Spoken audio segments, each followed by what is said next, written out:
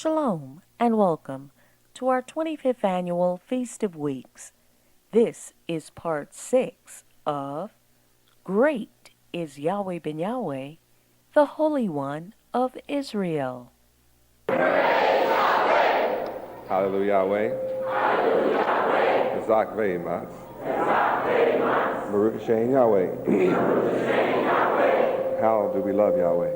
With all our minds, with all our hearts, with all our souls, and with all our bodies. How do we love our brothers and sisters?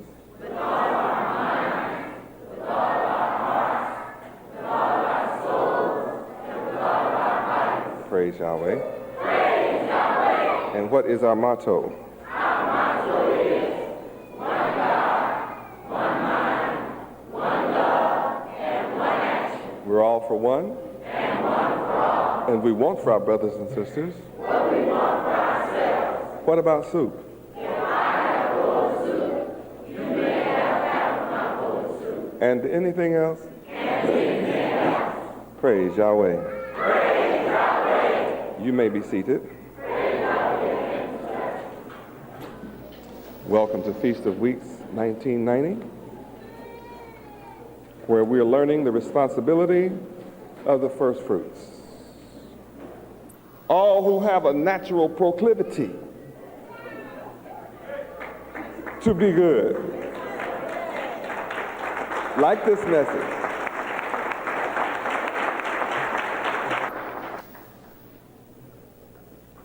The intelligent people of the world, whether they be good or bad, the good ones are my friends, the bad ones are my enemies. But the intelligent of the world, good or bad, understand that when you sow seeds of riches, you will reap the harvest of riches. Isn't that incredible?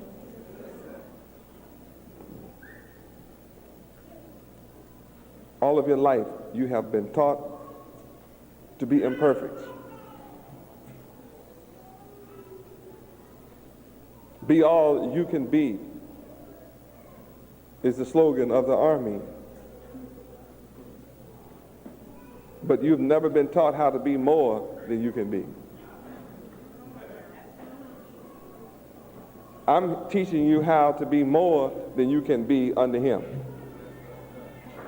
Can you believe that the United States government and the military of this country offers millions of the masses, tens of millions of the masses, that the only way they can be all they can be is to be a part of a killer machine? The Army, that's a killing machine. But the only way you can be all you can be is in the Army that kills people.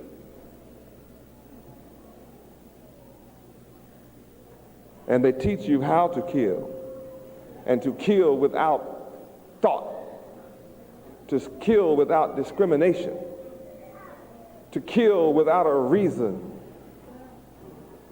Take the life of innocent people on the orders of someone above you, whose purpose you are ignorant of.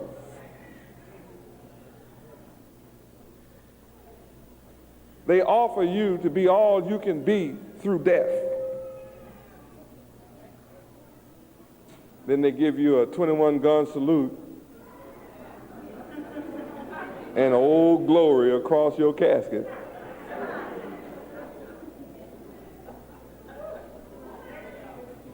And your widow, $10,000. That's all you can be in their army. Look at what Yahweh is offering us. Morality, perfection, riches while you live, ever increasing riches,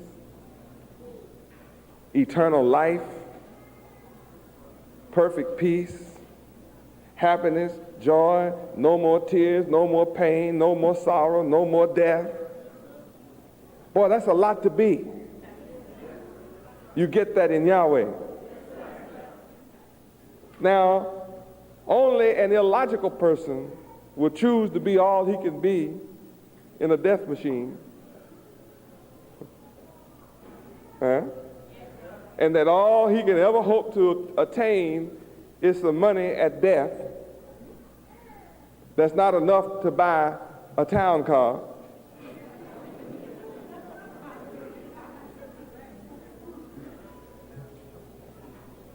And you come to Yahweh and you're offered ever increasing wealth. You're offered the windows of heaven being opened for you, pouring you out blessings that you'll never have room to receive. Only an illogical person would reject such an offer that Yahweh offers. But then I'm here to teach you to be a logical people.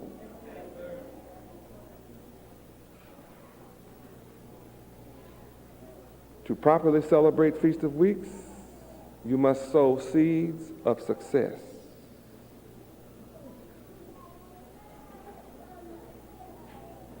How many want to be successful? What'd you go to school for? You still want to be successful? Ha! You wasted your time getting educated. What kind of education did you get? You went to school 12 years plus 4 plus 6 plus 8, and you still sitting here talking about you want to be successful? What kind of education did you get? It must be an unsuccessful one in order for you to have spent all your life getting an education from this world and still raising your hand needing success. How many long for success? It's a longing inside.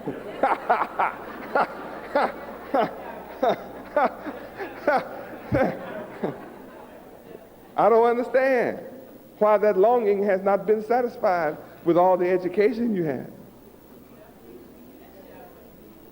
I mean, what have you been working for? How many have been working hard? Yeah. You spent all your life in school, spent the rest of your life working hard, and your heart is still longing for success. What are you trying to tell me? Something is missing in your life. You have been, how many feel deprived? Deprived of success. You've been cut short, cut off from success. Like, you can't find your way. Success is elusive. Few there be that find it.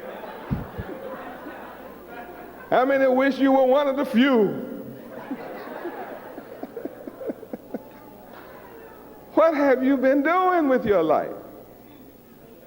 Evidently, somebody has been in charge of your life that didn't like you too much. Huh? You must have had somebody in charge of your life that's jealous of you, envious of you. Someone, I mean, obviously, since you want success and the people that's been in charge of your life have denied it to you, they must hate you or something. Is that possible?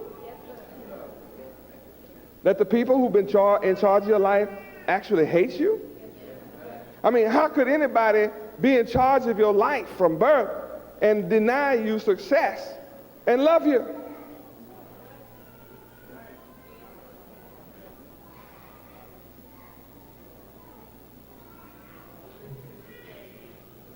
Huh? Leviticus chapter 26:17. Let's see if we can get a look at this thing. Maybe the word will put some light on it. Leviticus 26:17. The answer's always in the Bible. It's always in here. See if we can find it.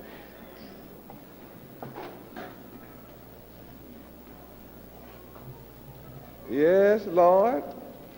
Somebody that hates you must be your ruler.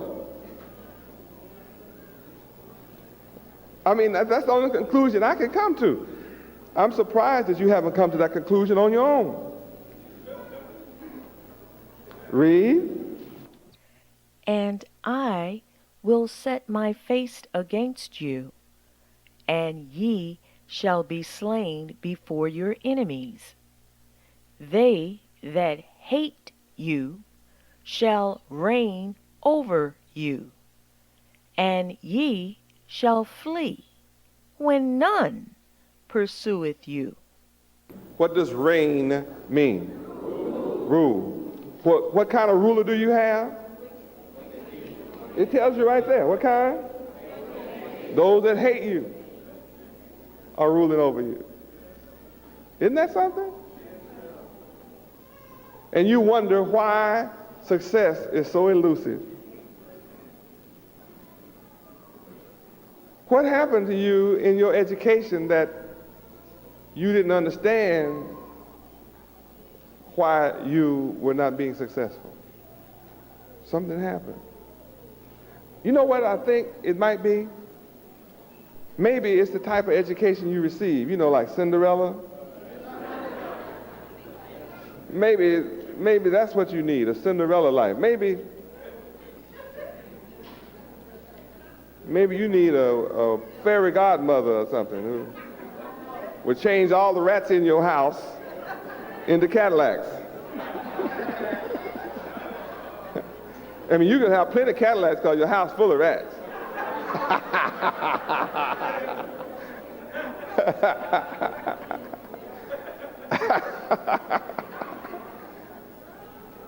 If you had a fairy godmother who could turn roaches into money, you'd be rich already.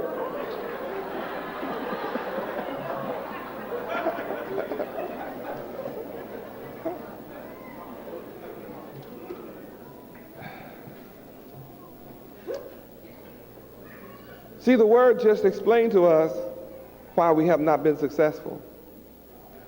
Our rulers have failed to teach us success, the rules for success. So they offer you debt. They tell you, be all you can be in debt.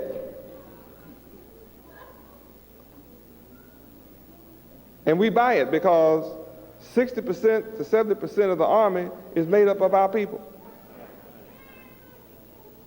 70% of the army, the military, is made up of black folk. What a trick we are in. Once again, it's easy to get rid of half of our black men are in jail trying to be all they could be through drugs. The other half is in a death dealing machine called the army trying to be all they can be there. How many get the picture tonight that we've had the wrong teachers?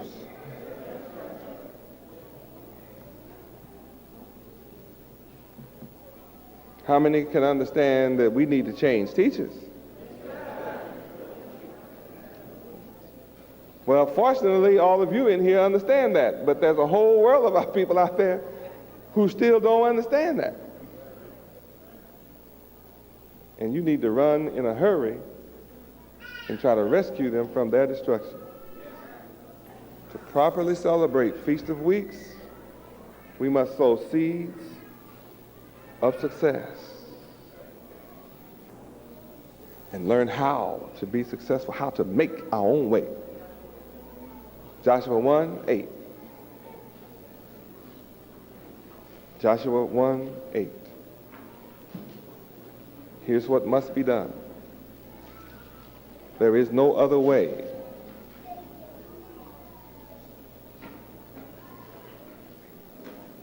Joshua chapter 1, verse 8. Read.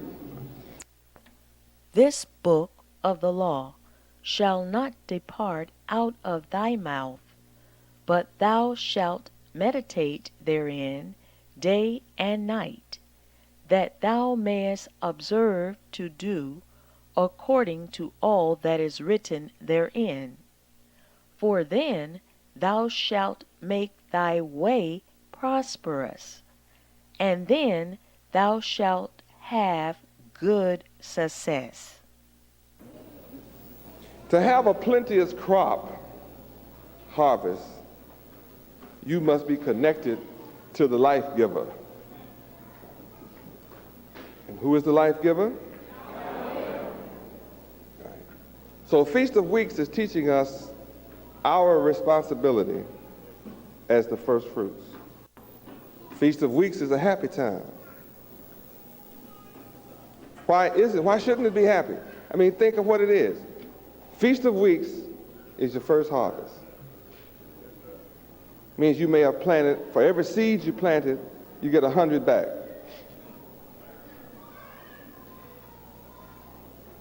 That means you plant 1,000 seeds, you get 100,000 back. How would you like to plant $1,000 and get 100,000 back? Anybody?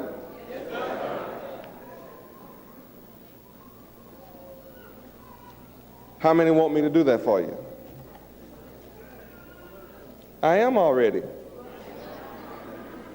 I'm waiting on you to plant. It's planting time. See, everybody wants to harvest. But there are not many people want to plant. See how it's easy. Everybody's hand go up on that. But if I ask how many ready to plant, see, the hands might go up because you don't want to be embarrassed.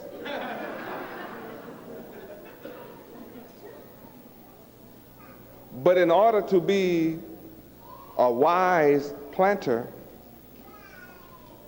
you must become a student of agronomy.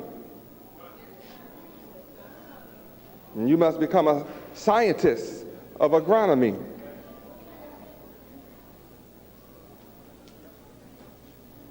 You must become a master of agronomy.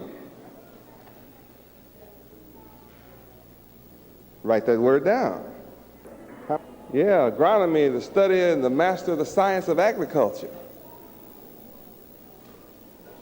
Seed, soil, and crop management. You become the master of what makes seeds grow and preserve them and protect them. Master of the soil and the best soil conditions and the best climate. All that makes for a perfect crop and yield and the highest yield. Yeah. See, when you say I want to be able to plant $1,000 and reap 100,000 in its place 100 times, then you can't sit around like a fool and do that.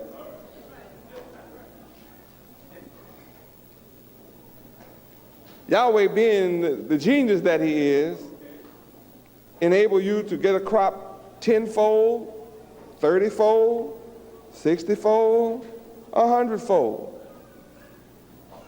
I'd use the top one 100 times. But you don't get 100-fold just by throwing it in the ground and walk away.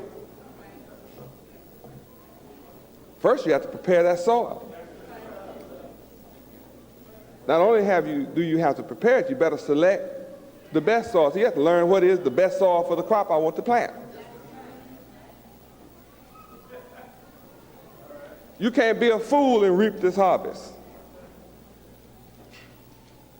You can have a basket of seeds and you can't recognize whether they're good or bad. It's dumb to plant bad seed. That's not wise, planting rotten seed or defective seeds. Don't you understand some seeds are defective and some are good and some are perfect? Can you discern the difference? Yes, it's discernible. If you're willing to study and become a master. Seems to me like before you grab some seeds, you ought to study and learn how to determine whether they are bad, good, or perfect. Woo! Look what Yahweh ben Yahweh is teaching us tonight. Why do we so quickly raise our hands wanting to receive the harvest? Why? Because we've been programmed by our enemies to seek something for nothing. That's what the lottery is about. They program your mind to be a bunch of individuals, so they can rob you. They have 60 million black folk in America playing $1 a day to hit $1 million lottery, and only one's gonna hit it. If 10 hit it, they have to split the million to 10 ways. But you just put down $60 million. You willingly spend $60 million a day with your enemy, and all 60 million of you hoping you hit for $1 million. Now that's blind. You talk about some blind people. You talk about some dumb people. You talk about some dead people. You talk about some ignorant people. Here's 60 million people put down $60 million, and all 60 million hope to hit for $1 million, and if they all hit, they got to split $1 million up. Enemy keeps 59 million for himself, and throw $1 million on the table for 60 million, hoping they're gonna get it. That's not enough money for 60 million people to get a penny apiece.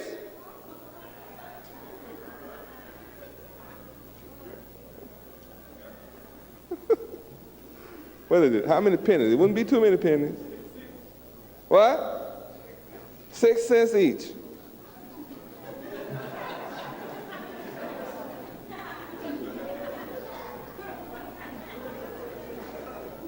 How many admit that's dumb?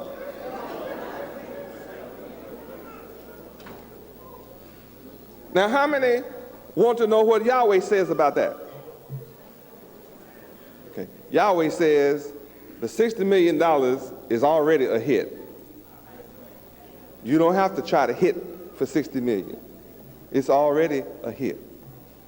All the 60 million have to do is attach themselves to Yahweh. Put the 60 million in Yahweh's pot, and you all hit for 60 million. Then we can own some banks, some airlines, some ships, oil tankers on the high seas, railroads, automobile manufacturing plants, steel plants, own savings and loans, our own insurance company. We can get all that for 60 million. Hotels in every city, apartments in every city, first-rate foods in every city, all that for just 60 million. Wouldn't cost us but $1 a piece. I would do all of that for you for $1.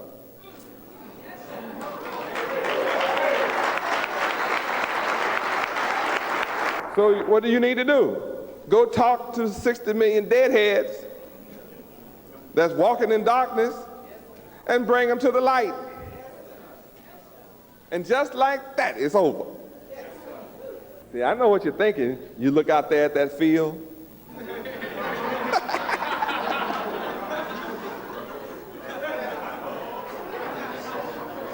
And you see all those weeds in it.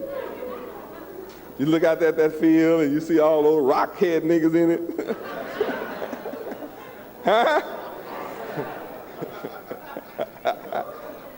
You look up and the sun is hot, field is dry, bugs everywhere. You say all of this needs to be prepared? I think I'll play the lottery today. Here, take my $1.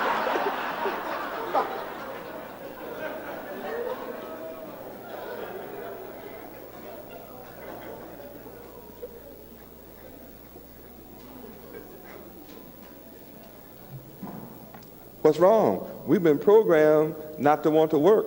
at solving our problems.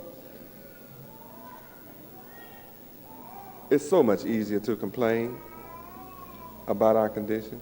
It's so much easier to cry, I'm a victim of discrimination.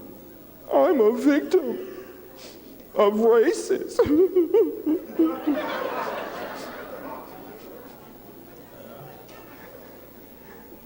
I'm a victim of being black.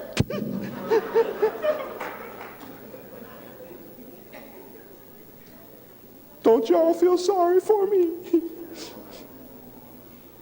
I've suffered 435 years in this country.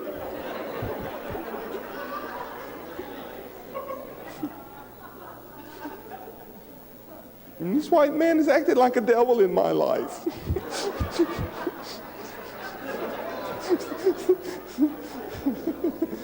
Oh, world, don't y'all feel sorry for me? See how easy it is to be a victim? You sit around, spend your life crying about how you've been treated instead of getting up and doing something about it.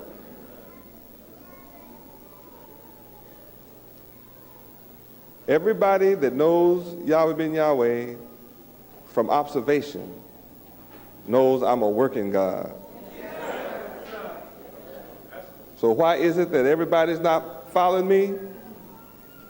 They don't want to work. See, at first they said they would follow me if they didn't have to go knock on some doors. See, I would follow Yahweh, but knocking on the door ain't my thing. You know what I mean? Huh? See, I can't be walking out there in the hot sun all day. You know what I mean? Walking around with some sheet on. You know that? Hey, that ain't gonna get it, boy. I need more than a rag on my head. You know, that sun is hot, boy. I need an umbrella or something. I don't even see y'all with no umbrella either. No, see, no. I don't even see tennis on. I have to have some tennis on at least. Now, when y'all stop knocking on these doors and walking around this country in these neighborhoods and walking where angels fear to tread, I'll be there. I said, are you sure they said that? Yeah, that's what they said, Yahweh. They said, they'll be here. Are you sure? Yes, sir. They all said they'll follow you if you come out these streets. I brought you out. I'm trying to figure out where they are.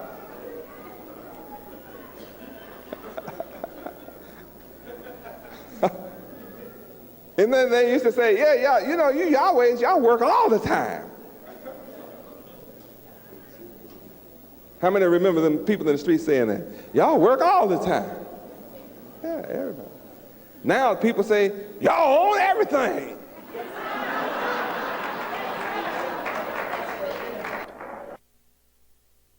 This concludes part 6 of Great is Yahweh ben Yahweh, the Holy One of Israel.